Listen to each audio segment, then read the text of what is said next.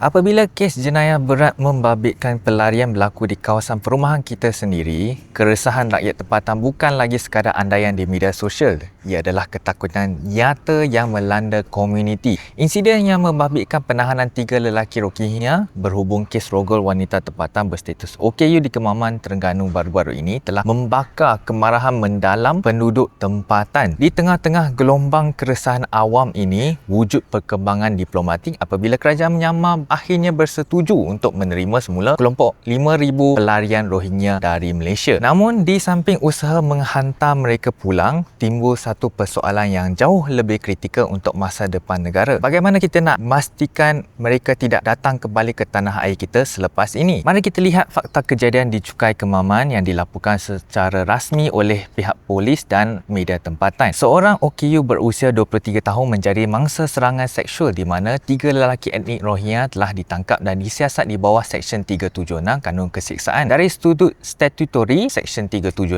memperuntukkan hukuman penjara sehingga 20 tahun dan hukuman sebatan. Penahanan suspek di bawah reman Kanun Tata Cara Jenayah ini membuktikan bahawa status pelarian atau kad UNHCR tidak memberikan sebarang kekebalan prosedur mahkamah. Insiden ini bukan sekadar kes jenayah individu tetapi manifestasi krisis keselamatan yang lebih mendalam apabila golongan rentan tempatan menjadi sasaran. Ia merobek rasa selamat di peringkat akar umbi dan meletakkan hubungan sosial komuniti pada tahap ketegangan yang sangat kritikal. Walau bagaimanapun, apakah perkembangan terbaru tentang kes tersebut? Sehingga kini kita masih tidak dapat lagi apa-apa update terbaru berkaitan kes tersebut. Siasatan yang lengkap, penolakan jaminan dan pendakwaan terus ke mahkamah adalah mekanisme perundangan mutlak yang diperlukan bagi mengembalikan kepercayaan rakyat terhadap keupayaan negara mempertahankan keselamatan warga sendiri. Di tengah-tengah tekanan isu keselamatan ini, pengumuman Perdana Menteri mengenai persetujuan diplomatik dengan kerajaan Myanmar membawa satu kelegaan yang amat signifikan. Sekurang-kurangnya ada perkembangan positif untuk menangani masalah pelarian Rohingya yang sudah beranak pinak beberapa generasi di sini. Hasil rundingan dua hala tersebut, pihak Myanmar memberi komitmen awal untuk menerima semula kira-kira 5,000 pelarian sebagai fasa pertama pemindahan. Ini merupakan petanda bahawa saluran diplomatik mula membuahkan hasil. Namun, mengikut data rasmi UNHCR, terdapat lebih 100,000 hingga 126,000 pelarian Rohingya di Malaysia. Ini bermakna angka 5,000 orang ini hanyalah satu langkah permulaan bagi sebuah krisis penempatan yang telah berlarutan bertahun-tahun. Terdapat juga media yang melaporkan bahawa bilangan pelarian Rohingya di Malaysia mencecah hampir 200,000 orang. Ini termasuklah pelarian yang tidak berdaftar di bawah UNHCR. Menghantar 5,000 pelarian pulang hanyalah separuh daripada jalan penyelesaian tanpa mekanisme penguatkuasaan yang terperinci di pangkalan data dan garisan sempadan. Risiko kemasukan semula melalui lorong tikus kekal tinggi. Berikut adalah 3 langkah perundangan dan operasi spesifik yang perlu dilaksanakan. 1. Operasi Pintasan Maritim 12 Batu Nautika. Agensi Penguatkuasaan Maritim Malaysia dan TLDM perlu mengaktifkan radar coastal surveillance system dan drone penderia terma malam untuk memintas pencoroboh sebelum memasuki zon perairan wilayah negara. 2. Pendakwaan tekong di bawah Akta Atip SOM 2007. Mana-mana individu tempatan atau asing yang membawa masuk pelarian mesti dituduh di bawah Akta Anti Penyeludupan Orang yang membawa penjara mandatori hingga 20 tahun serta pembukuan aset di bawah Akta Pencegahan Pengubahan Wang Haram (AMLA). 3. Tindakan Seksyen 55B Akta Immigration ke atas majikan. PBT dan Jabatan Immigration perlu membatalkan lesen perniagaan serta-merta dan mengenakan denda hingga RM50,000 bagi setiap pekerja haram di bawah Seksyen 55B kepada premis yang menggaji pelarian tanpa permit kerja yang sah. Persetujuan Myanmar menerima 5,000 pelarian adalah langkah pertama yang baik, tetapi jaminan keselamatan jangka panjang bergantung kepada pelaksanaan statut perundangan dan kepungan maritim yang kedap. Kedaulatan undang-undang dan keselamatan rakyat Malaysia mestilah menjadi keutamaan yang tidak boleh ditawar-menawar. Apakah pandangan anda dan pendapat anda untuk membendung pelarian Rohingya daripada datang semula ke Malaysia lagi?